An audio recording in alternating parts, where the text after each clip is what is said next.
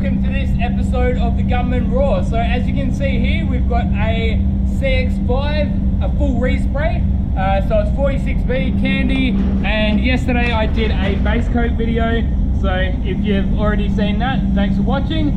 Otherwise, you can just watch me lay the candy down. So what I think we might do to stop the video from getting too long is just cut out the video for the doors. So we'll just be focusing on the body of the car. Now, at this point, I can't tell you how long this video is going to take. We're just going to have to see. So anyway, I'm going to get my respirator on and we'll get straight into it.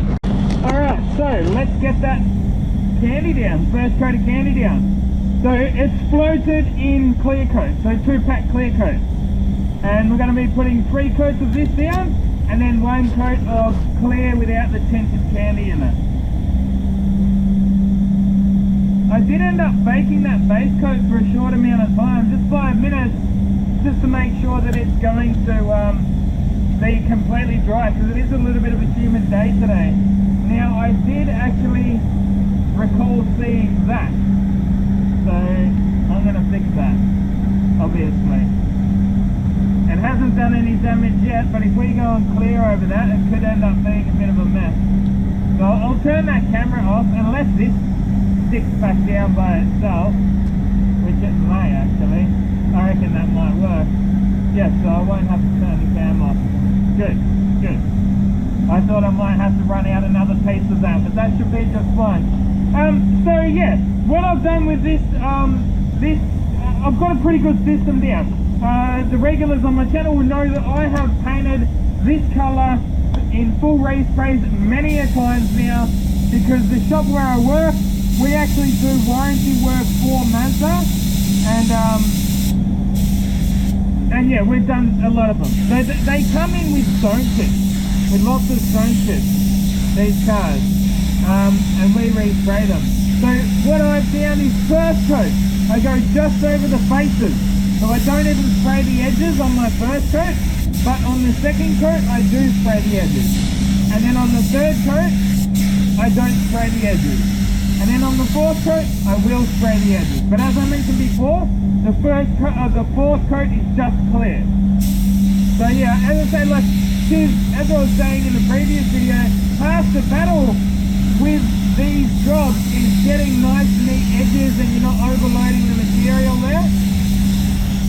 And yeah, so the clear coat I'm using is PPG LVC 136, and the gun is a Starter Jet 5500X I pattern, and it's RP. RP is an air cap. Might even turn that pressure down a touch to the roof there.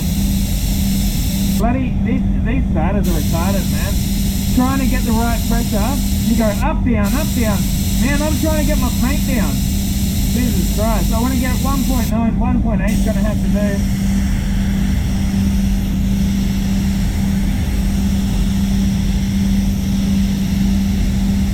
Hey, they got a nice big even fan on them when they work, but there's a few things I do dislike about the starters.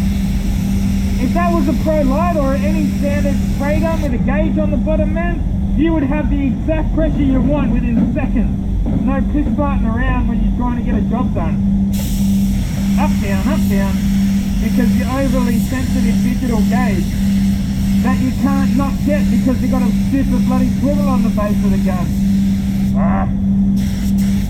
The more I think about these starters, the more I remember they annoy the shit out of me.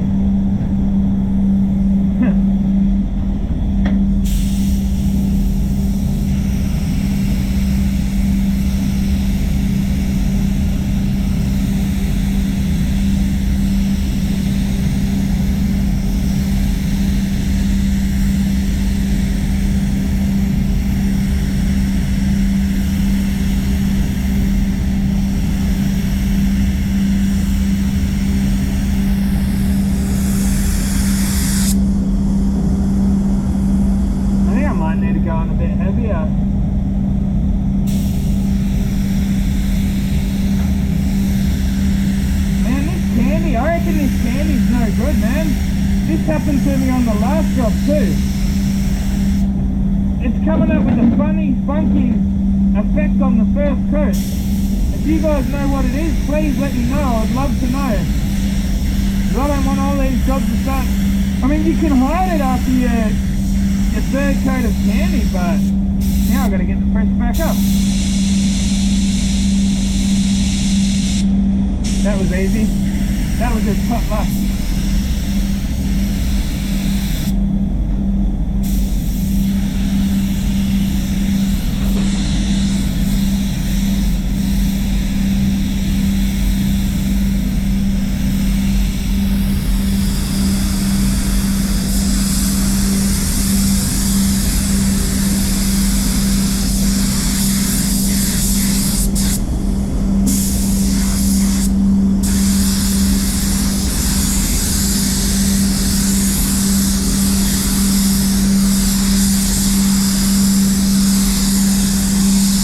That looks fine. That looks totally fine, nice and even. And then when it dries down, it's going to look like shit. There's something wrong with this candy, man. I swear. It's the only thing I can say. Unless it doesn't like that little bit more reducer. That's the only thing that I've changed.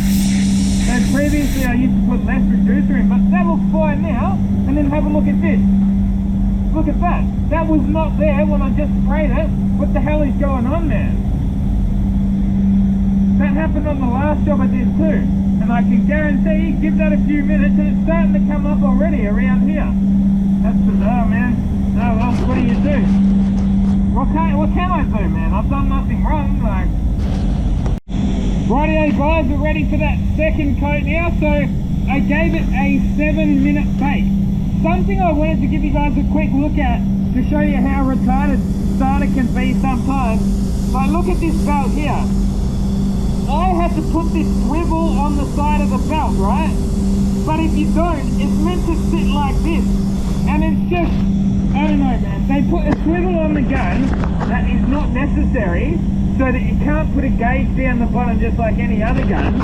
And then they put this, they don't put a swivel here. So if you don't have that, this sits like this, and it's flapping around and bumping into everything. So as you can see there, I have to put a swivel on it so that it goes down, but it's out of the way.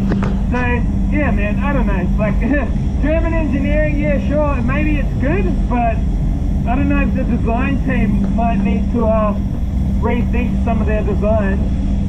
They're good at doing the engineering well. When they work well. Because sometimes these bi-pattern guns don't even spray properly. Alright, I'll leave solder alone for now. Too bad. So as I say before, I'm going to be going over the edges on the second coat.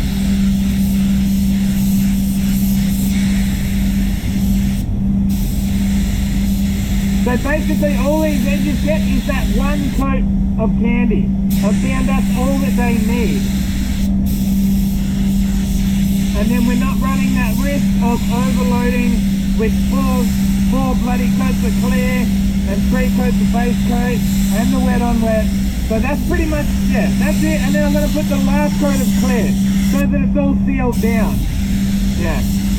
So I think I gave it a 7-minute bake. I can't remember if I said that, mentioned that.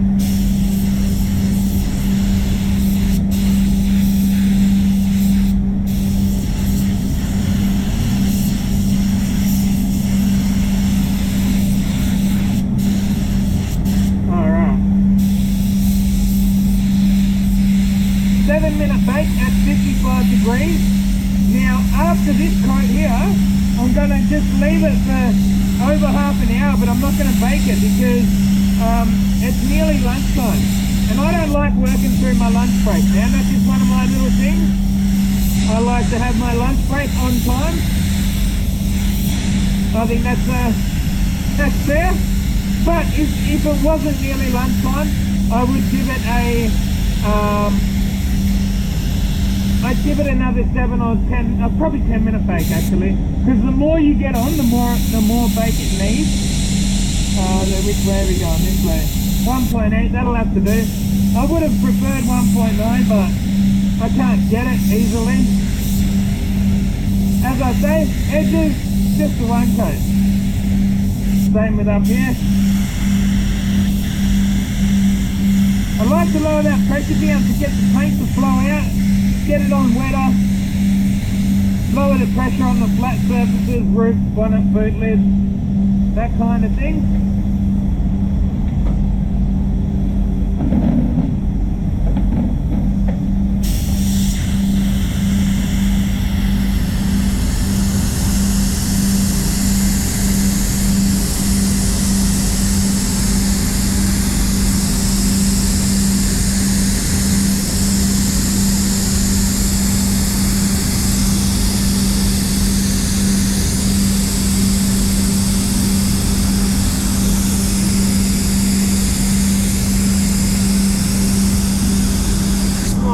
Bit of a stretch there.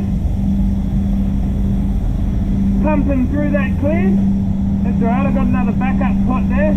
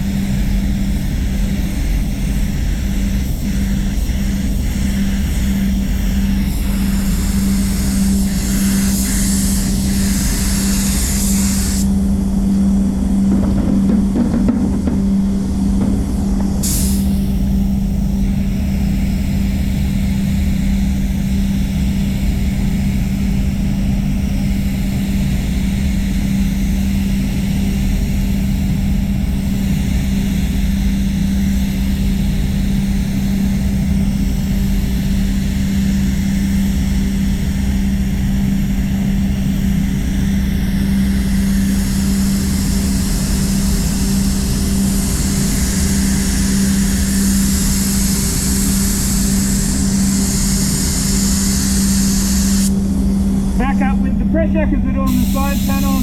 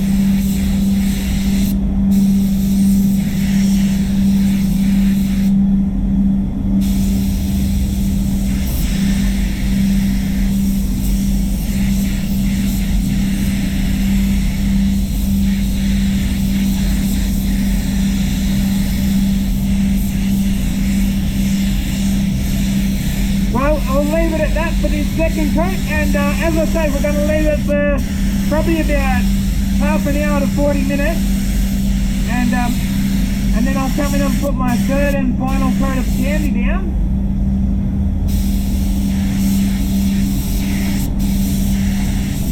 So I'll see you back here soon.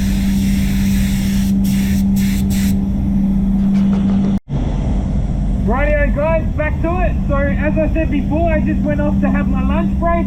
I didn't even bake it this time, so it's probably been about 40 minutes, and that's fine. That's exactly where I want it. Yeah, ready for our third and final coat of candy.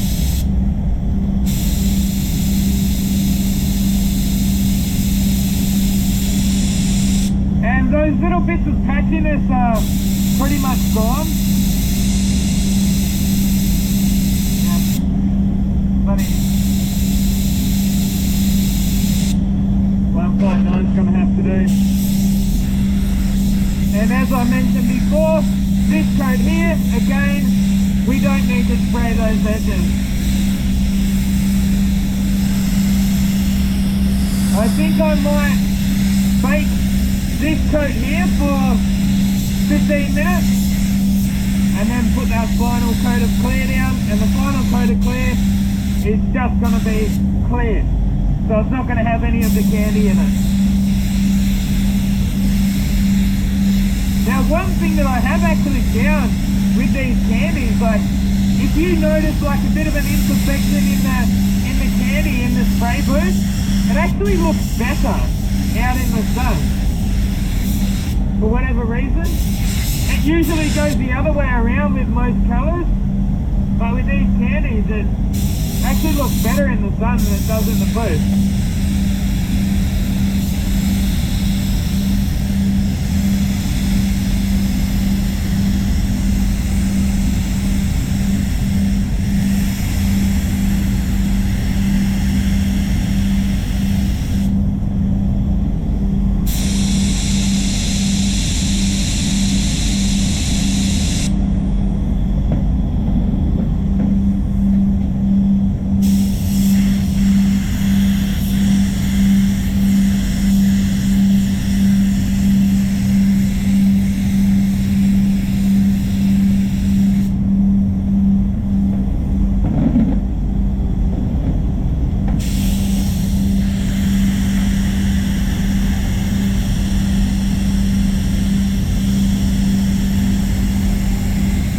You guys can see properly up there. Sometimes when I do roofs and bonnets, the camera goes out of focus, or like it's looking at the wrong area because of probably where I'm putting my head. Like because I get my head down there to focus. Sometimes that means that the camera's not looking at the right spot. So hopefully you've been able to see properly throughout this video.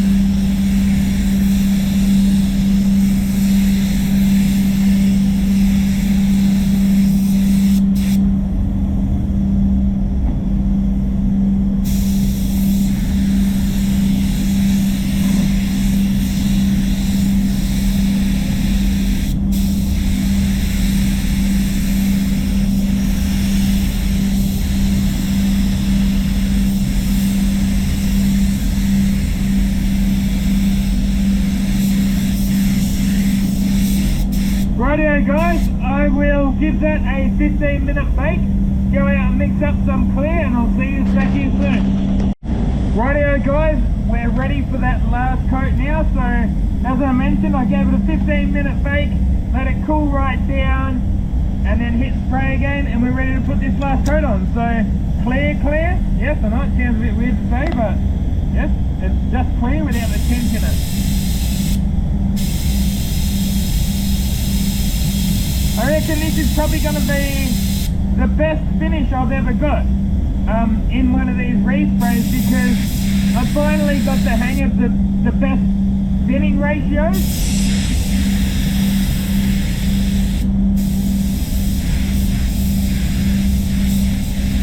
Previously they were like, the finish was a little bit too peely, like a bit too chunky, whereas that little bit extra reducer leaves you with a bit of a finer orange peel.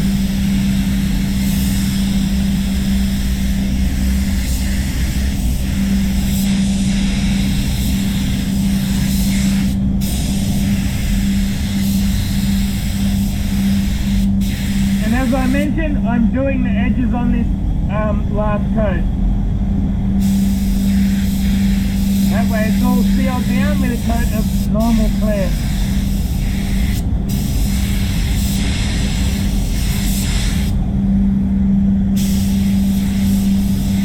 We don't want to go too heavy on it, on the edges, but I still do want some there.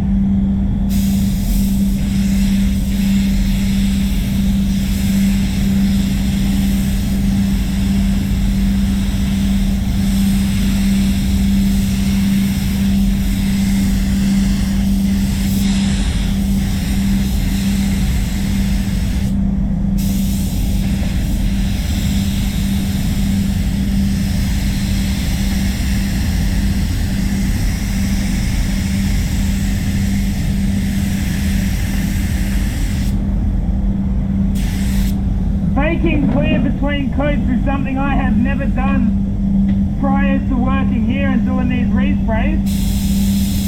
But it's, as I say, mate, I'm always learning. And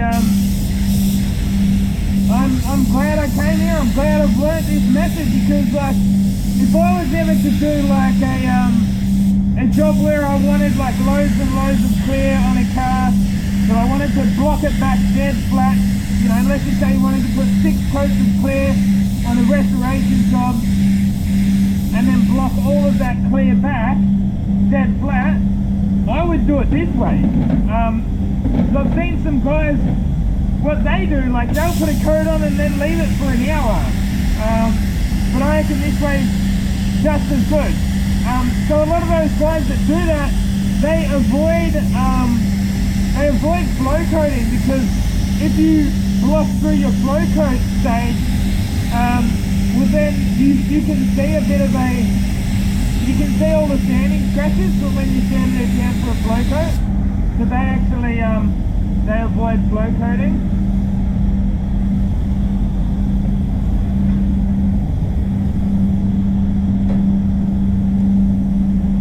So how much clear have I mixed up? I'll try and run you through the amount of clear I've mixed up for this job. It was... I'll do the maths in my head rather than out loud.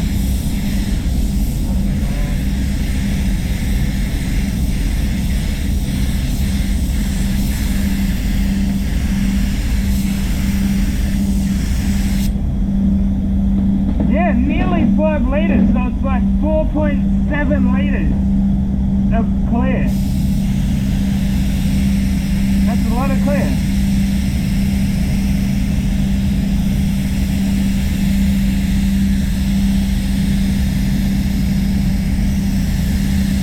And that's just for the body. So there's more that's going to go. So when I'm finishing here, I've got to go out and finish all the prep work on the panels out there. I'll come in and get those panels painted tomorrow. I don't know, we might do a video on the painting of the panels too. See how we go. Back up to 2 bar.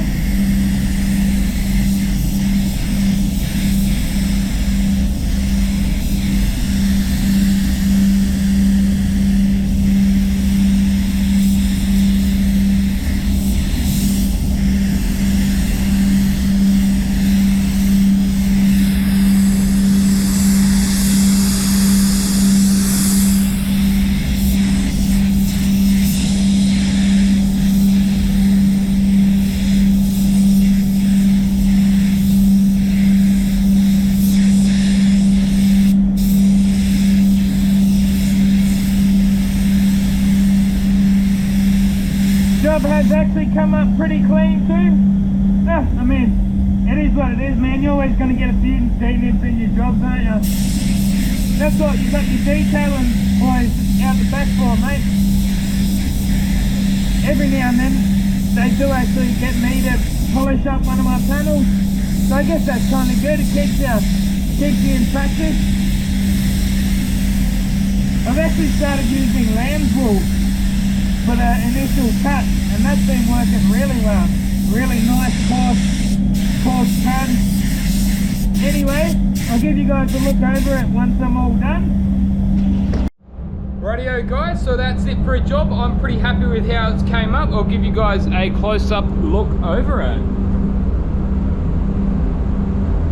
You can see that there's like a nice sort of fine orange peel to it. Nice tight finish. Nice and wet up there on the roof.